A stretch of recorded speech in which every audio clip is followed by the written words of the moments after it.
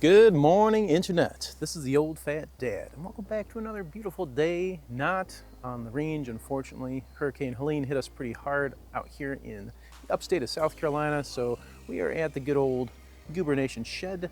And since we are kind of banned from the range for a while, I figured it's a good time to show you guys a scope I've been messing with and maybe do a quick little review on its features and why I think it's kind of cool and fits in an interesting space.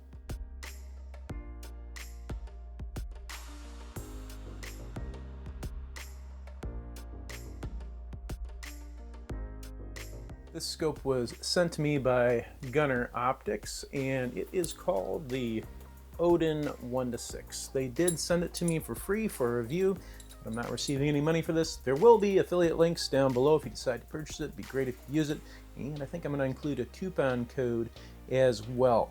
The Odin series comes in 1-6, 1-8, and 1-10, I believe. They offered me all three to check out, but I like the usability of 1-6. I feel like it's the sweet spot for these LPVO style scopes. It's very usable at 1x, a lot of eye relief, a lot of forgivability when you're looking through it. And those 1-8s and 1-10s, they just get really tight, and I've never really felt like they were as usable as the 1-6. Before I get too far into my review, let's just go ahead and look at the packaging. I know some of you guys like to see this kind of stuff, so this is the box it came in. It was packaged very well, nice and tight, with a lot of foam, all the goodies inside tucked away and protected.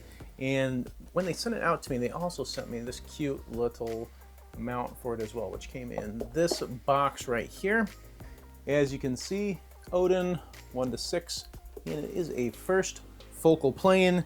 We'll pop some stats up there as far as weight and size and all that other kind of goodies, so you can have that for you to peruse at your leisure. Now, I'm sure some of you guys are gonna notice that I am mounting this, what we would say, backwards on my little rifle here. This is a Ruger 1022 and a Trek 22 chassis, and the thing about this chassis is it's a nice little bullpup setup, but when you are trying to look through a sight on this thing, you gotta kind of set it way far back to get the eye relief just right. So I have to set it up backwards in this particular cantilever setup. Let's talk about the things that I thought were actually pretty darn cool about this scope. So first thing, I really love that in the package, right, you get all the goodies. And just to be clear too, I don't think that this mount is going to come with the scope. I think you can probably buy a package with scope and mount together. I just happened to get them together for this review. I don't want you to assume that when you buy the scope you're going to get the mount, because I don't think that's the case. But what did come with the scope was all the goodies that can get you going right away. And I think it's becoming more standard these days, but I like that they got this little scope lever here thing, so we can, magnification lever, sorry, that we can put right on there, and you can take it off if you don't want that. The scope caps that came with the scope are also very nice. They are see-through as well, so if you're in a situation where you're just trying to use the rifle really fast and you don't have time to whip them off there, they're going to be see-through and work perfectly for you. And they included all of the little bits and bobs you need to get your scope mounted and adjusted and running right away. Second thing I really liked are just the general features of this scope. It's got locking turrets, which I think are pretty darn awesome to have. I think they should be standard on pretty much every scope these days.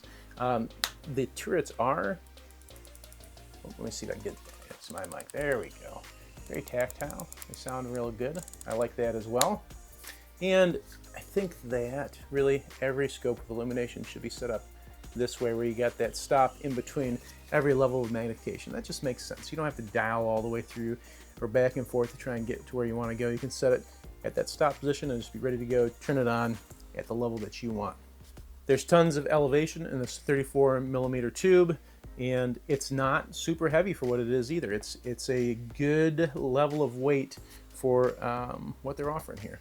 But one feature that I think they really did well with was the glass. So it's advertised as German Schlott glass, and I don't have any scientific precise tools for measuring how great it is or if it actually is German Schlott glass. but it is good glass to my eye. I've tried Vortex Vipers, Leopolds, I've tried all different kinds of LPVOs, the primary arms, PLX compacts, and this does have pretty darn good glass. It's got a pretty flat 1X, which I again think is super important for LPVO to be able to kind of fit in the role as a quasi red dot, to have enough eye relief and forgiveness that you can kind of just put your head up there and be ready to go, even if you're in a weird position. And at 6X, it also provides just a really good picture. Everything was easy and clear to see, and I didn't get any of the eye fatigue I get sometimes using cheaper scopes for extended periods of time. So that was a really long number 2. And the third final thing, though, that I like is the price. It's a very competitive price to get into this scope. I feel good about that cost as well. I wouldn't mind paying what they're charging for this. Talking about the things that I'm not a huge fan of with this Gunnr Odin 1:6. So the first thing is the reticle. It's just kind of small for a first focal plane reticle. It's hard to pick up at 1 power, and at 6 power you can see it, but I'm just not a big fan of it. I just don't feel great about using it. Looking through the scope at 1X especially, it disappears real easily into any kind of dynamic background. And out in the woods where I shoot mostly, I just kept on having a hard time trying to find it. And the information that it provides to you can be useful, but if I can't really get my eye to the reticle, then it's not going to help me out at all, right? Which brings me to thing number 2 that I wasn't a huge fan of, is the fact that it's a first focal plane in a 1:6 scope. So honestly, when I'm using a 1:6 scope, I'm either on 1 or 6, right? I'm either going to use it as a quasi red dot, or I'm going to use it at the full magnification that it provides so I can identify something far away or make a more precise shot. And why that makes this first focal plane kind of irrelevant is that at 1X, I don't need any information out of the reticle besides where the center is, right? I'm not trying to do any kind of fancy ranging or drops or anything at 1X. I just want to shoot up close, fast, like a red dot. And then at 6X, great. I want to have all the information the scope can provide for me, but I can just leave the reticle as a second focal plane would be at the full magnification, because I'm not going to be using all the hash marks and all the goofy stuff that's going on with the reticle. At 1X, I just want to see the middle. And at 6X, I'm going to use the reticle. So to me, there's no real reason to have a first focal plane 1:6. It seems like a waste. And then issue number 3, this has 6 levels of illumination, and it has a nice stop in between all the levels of illumination, which is very convenient, but at 6 is not very bright. This does not get daylight bright. I don't even think it comes close to daylight bright. Again, when I was out in the woods using it, it would get lost constantly. At 1X, I would be searching for that dot, and I just couldn't find it. If I had any kind of shadows and light mixed together, or was looking into trees, I would lose it right away because it just wasn't very bright.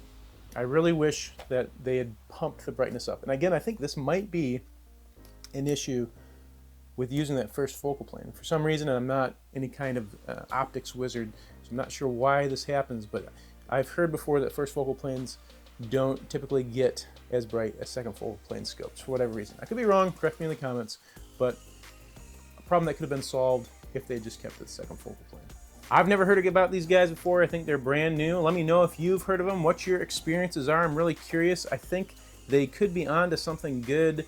This is their first generation product, and it's actually, I think, a really good effort for their first go around, and I'm excited to see what they come up with next. As always, thanks for watching, and we'll see you next time.